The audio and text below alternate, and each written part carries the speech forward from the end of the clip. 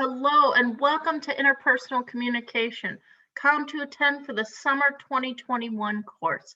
Thank you for joining today. This lecture is going to be about 20 minutes long. I'm going to try and make sure that no lecture is more than that 20 minutes long. I'm so excited to have you today. Today I'm going to talk about the class and the class expectations. I'm going to talk a little bit about the chapter 1 and chapter 2, those course overviews, so that whether you are somebody who learns through listening or learns through reading, you have some of those same things to look for as you're building your knowledge in interpersonal communication. So let's jump right in.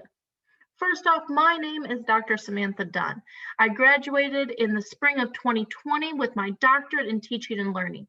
I studied classroom communication and communication across the board when it comes to education, specifically higher education. I really love seeing how the classroom and the ways in which we communicate in it are going to change after the last year and really over the last 20 years as communication and education continue to evolve. So I'm excited to teach this interpersonal course here in this online setting. So what are my expectations for you? Well, first you should know that any online course is very self-motivated and self-directed. If you've stated an online course, you understand how much personal involvement you have to ensure not that you show up for class, but that you sit down and do the work and you take the time to do the work each week. The second thing that you have to understand is that you can ask questions at any point. Just like in the classroom, when you raise your hand and ask a question of a teacher or ask a question of another individual, that is okay in an online setting. Asking questions is not a bad thing, and that's something that I've noticed people are struggling with more and more. Questions build clarity between you and I. So ask away because it might be a question somebody else is having as well. There's an assignment due almost every day of this course. And when I say almost every day, I mean the weekdays, Monday through Friday. No assignments are going to be due on the weekends. No assignments are due on holidays. And some assignments, while they are due on a specific day of the week, they are not necessarily assignments that you can't work ahead on. So please know that while there is an assignment due every day, you may not have to be on the physical Canvas page every single day. I would say realistically, you should plan on being on Canvas 2 to 3 days a week for about half hour to 45 minutes each and every time. This class requires collaboration. Even though we're mediated through the channel of an online course, we are going to talk to each other. And that is because you can't talk about communication without communicating with more than just the teacher. You have to communicate with each other. You have to build those critical thinking skills. You have to look at other people's perspectives in order to deepen your own. So plan on getting to know the other 10 people in this class very well throughout the course. And that means there's going to be a lot of discussion. There's going to be opportunities for analysis, for critical thinking, for creative thinking. There are going to be opportunities throughout the course in which you're going to build new ideas with each other. So how are you going to be assessed? Well, you have homework over each and every chapter. You're going to have group and partner work each week. You're going to have a couple of individual papers, and you're going to have a couple of exams. Those are the major ways in which you will be assessed. For further information about any of these expectations of the course, please see the syllabus that I have posted on day 1 of our Canvas page. So let's talk about chapter 1, about interpersonal communication as a whole. There's a lot of things that happen in chapter 1, and so this is going to be one of the longer chapters that I overview. First off, you got to understand communication basics. We have to communicate. The book does a great job of giving examples of how we have a need to get to know each other. And when we have that need, we have specific goals in order to obtain that need. And we really find two main ways of communicating. The first way is through a linear model of communication. Now, the easiest way to explain the linear model of communication is think of it like an artist. When an artist creates a work, whether it be a painting or a sculpture or a novel, they are going to send it out into the world. And once that message is sent, the audience gets to take a moment and examine it and decide what it means. That in and of itself is the linear model, where we take a message that is sent to us through a channel and we decode it and we try and understand what it means. But when we're studying communication as a whole, we're going into another aspect of the way in which we communicate, and that's the transactional model. That's the model that we used most often in our daily lives. We're going to send messages out into the world and somebody's going to respond and give us some feedback, and we're going to send out messages again, and there's going to be a constant interaction between the different players who are part of the communication process. But it's within these two models we can better understand what interpersonal communication is. So let's jump into that.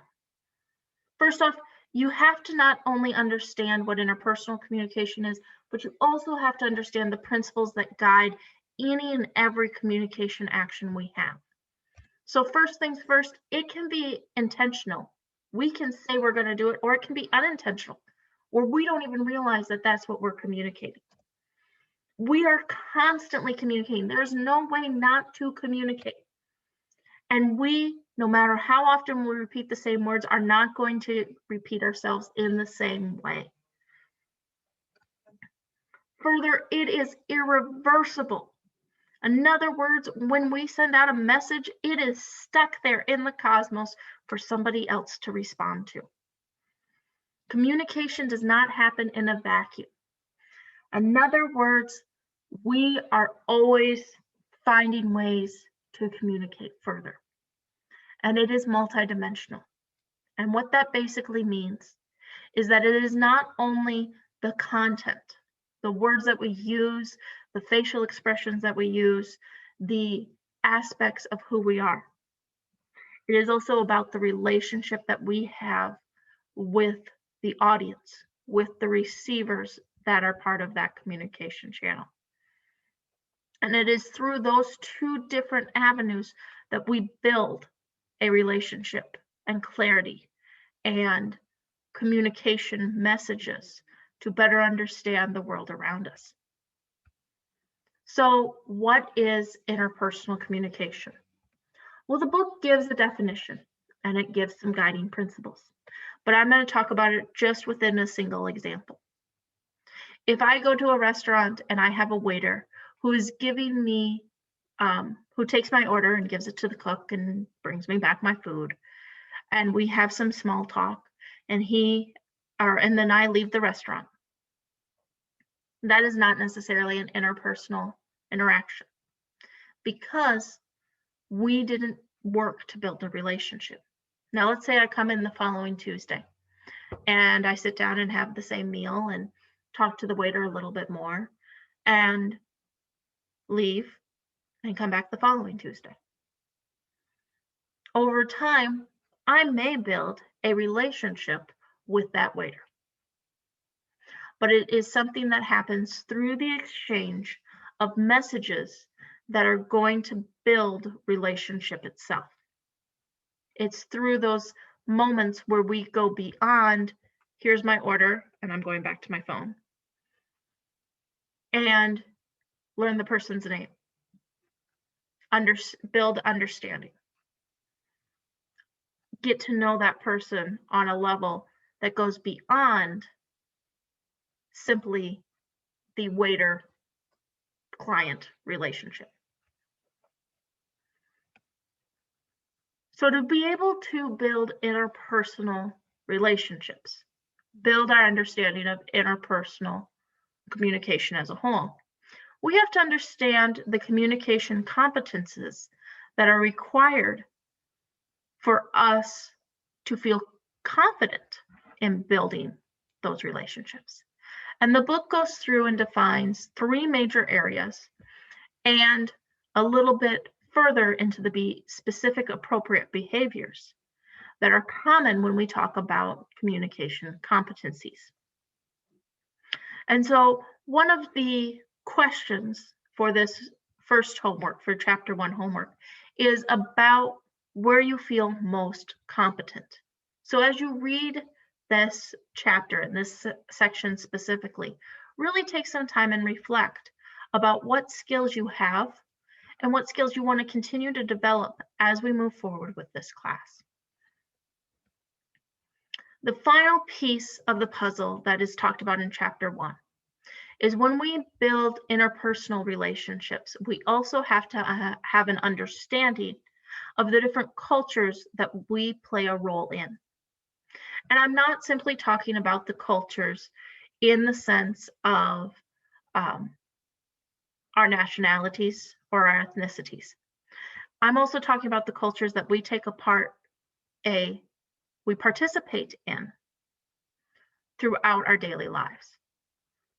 Our sporting cultures, our artistry cultures, our cultures within social medias, our cultures within how we receive our news and our generation, our cultures within our majors. All of these play a role in how we communicate with other people. It has an influence on our motivations and how we tolerate people. It has an influence on how open-minded we are with new ideas. So within each aspect of our culture, we have to gain that knowledge and that skill to understand the different cultures and to build those specific competencies in order to branch out in our interpersonal relationships. Okay, we made it through chapter 1. I'm going to give a really brief overview of chapter 2 because chapter 2 is going to be a review if you've been paying attention to the world in the last year. This book was written a few years ago, and I feel like chapter 2 is vital to today because you have been living it for the last year. It talks about mediated communication. In other words, it talks about specifically computer-mediated communication and the ways in which the computer and social media has irreparably changed the ways in which we communicate.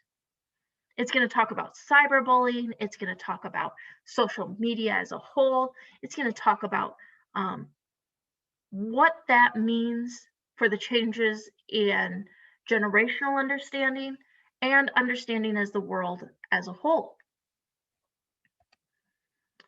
And I want you to pay specific attention not only to that basic overview and to the review of what you probably already understand, but also pay attention to these 3 aspects of communication. How synchronized communication is, how rich or lean communication is, and how much performance is required in each of these settings. And I want you to think about how that relates to this course as a whole. If you notice, many of the ways in which we communicate in this class are going to be asynchronous, lean, and extremely high in the performance aspect. That does not mean that we should not feel comfortable being slightly informal in the same way that we would be in a face-to-face setting. Please don't feel that in every interaction we are looking for specific ways to judge you. We're not. We're building mutual understanding. This is a class about interpersonal communication, and we're going to work together to build interpersonal relationships. That doesn't mean it doesn't come with its challenges. It simply means that we are going to continue to grow those interpersonal relationships throughout the course. And that comes from some of those group settings, those group interactions, those group activities that we will do throughout the course. This class is one of the most interesting courses that can be taken during your college experience, because it allows you to really think about not only communication that you've had previously with family members and with classmates, but how you can translate that into the work environment in new ways as you work with more and more individuals who come from a variety of backgrounds. So what's next? Well, we are in this first week. I'm going to ask you to do an introductory video so that we get to know you, and I'm going to film one myself. I'm going to ask you to do chapter 1 and chapter 2 homework. Each one is 5 questions. They're going to ask some deep level thinking questions. Make sure you take some time to think about it. You have a discussion post due on Wednesday. And in that discussion post, you're going to post a video and analyze it based on some specific questions I ask. It is in that one that you are going to use your most formal language. You're going to write a couple of solid, well thought out paragraphs for us to read. And then by Friday, you are going to respond to 3 people who also posted some video clips. And within that, you are going to then also respond back to 2 people who replied to your initial post. All of those directions are restated in the Canvas assignment. The other thing that you should look ahead at is on Monday of next week, on May 10th, you're going to have your first group activity due. And in that group activity, you are going to meet with 1 or 2 of the other individuals in the class, and you're going to answer some very specific questions and post to our discussion board regarding that aspect as well. So please think ahead as you're moving into next week so that you can meet with these people before it sneaks up on you next Monday. Okay, so that's all I have for today. Hopefully this has given you a great overview. Again, I look forward to getting to know you. I look forward to this course. I hope you do as well. Have a wonderful day, and I'll see you next time.